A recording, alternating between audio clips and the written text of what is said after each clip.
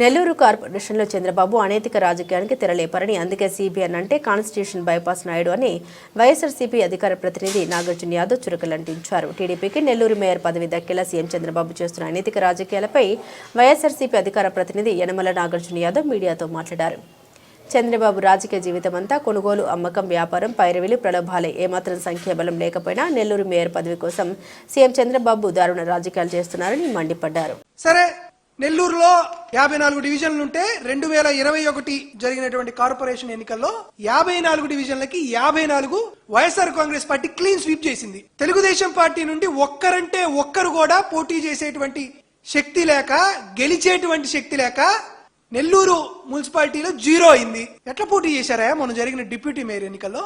YSR Congress party B form మీద గెలిచినటువంటి కార్పొరేటర్లని సంతలో పశువులు కొన్నట్టుకొని డిప్యూటీ మేయర్ ఎన్నిక గెలిచారు. ఇప్పుడు ఒక గిరిజన మహిళని బలి పశువు చేయాలనేటువంటి ఉద్దేశంతో, ఒక గిరిజన మహిళని రాజకీయంగా అనగదొక్కాలనేటువంటి ప్రయత్నంతో అవిశ్వాస తీర్మానం పెట్టావు.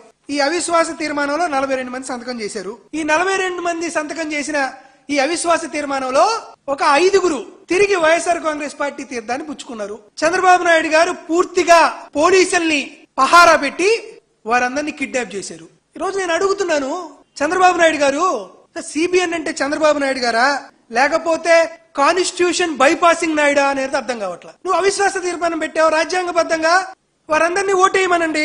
ఓట్లేస్తే 54కి 54 మంది కార్పొరేటర్లు తమ అభిష్టం మేరకు వైఎస్ఆర్ కాంగ్రెస్ పార్టీ బీఫామ్ మీద గెలిచాం కదా, కన్నతల్లి లాంటి పార్టీకి వెన్నుపోటు పొడవలేం అని అవిశ్వాస తీర్మానానికి వ్యతిరేకంగా ఓటు వేస్తారనేటువంటి భయంతో కార్పొరేటర్లను కిడ్నాప్ చేసేటువంటి పరిస్థితికి చంద్రబాబు నాయుడు దగ్గర జరిపాడే.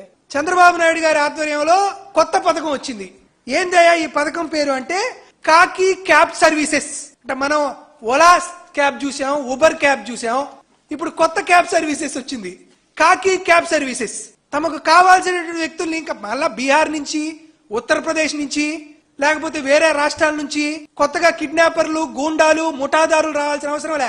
పోలీసులే కిడ్నాపర్లు కాకి చొక్కా వేసుకుని పోలీస్ వెహికల్స్ ని తీసుకొని వచ్చి కిడ్నాప్ చేయడం అనమాట. ఎందుకంటే ఆంధ్రప్రదేశ్ రాష్ట్రంలో పోలీసులు ఐపీసీ సెక్షన్స్, సిఆర్పిసి సెక్షన్స్ వాళ్ళకు వర్తించవు. వాళ్ళకు వర్తించేటువంటి సెక్షన్స్ ఏంది? TDP sections, CBN sections. మనం అంటాం బిఎన్ఎస్ఎస్ అని కొత్తగా వచ్చింది, భారతీయ న్యాయ సంహిత అని కొత్త చట్టం వచ్చింది. ఆంధ్రప్రదేశ్ రాష్ట్రంలో బిఎన్ఎస్ సెక్షన్ అంటే దాని పేరు వేరు, బాబు అన్యాయ సంహిత చట్టం. పోలీసులే కిడ్నాప్లు అవడం, అవిశ్వాస తీర్మానానికి వ్యతిరేకంగా ఓటు వేస్తారనేటువంటి కార్పొరేటర్ని వీరే రోడ్డుకి అడ్డంగా పోలీసు వెహికల్స్ ని పెట్టి వాళ్ళని కిడ్నాప్ చేసి 2-3 జిల్లాల్లో రాత్రంతా తిప్పి నేరుగా తెలుగుదేశం పార్టీ క్యాంపులో వారిని కూర్చోబెట్టి వాళ్ళని భౌతిక దాడులు చేసి వాళ్ళ వ్యాపారాలను దెబ్బతీస్తామనేటువంటి బెదిరించి వారిని టీడీపీ క్యాంప్ లో గెలిచేస్తున్నారు. విధంగా అవిశ్వాస తీర్మానంలో తెలుగుదేశం పార్టీ గెలుస్తుందనేటువంటి నమ్మకం చంద్రబాబు నాయుడు గారికి, అక్కడ ఉన్నటువంటి మంత్రి నారాయణ గారికి గాని ఉండుంటే ఈ కిడ్నాపులు చేయడం ఎందుకు?